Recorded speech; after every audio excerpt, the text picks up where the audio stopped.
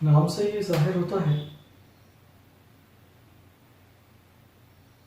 کہ برق جو روانی میں ہے، ایسا برق جو روانی میں ہے اس کے لیے ضروری ہے ایسا مادہ بھی ہو جس سے یہ برق گزر سکے۔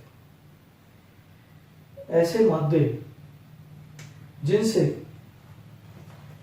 برق گزر سکتی ہے اسے برق گزار یا پھر ہم یہاں پر صرف موصل کہیں گے اسے۔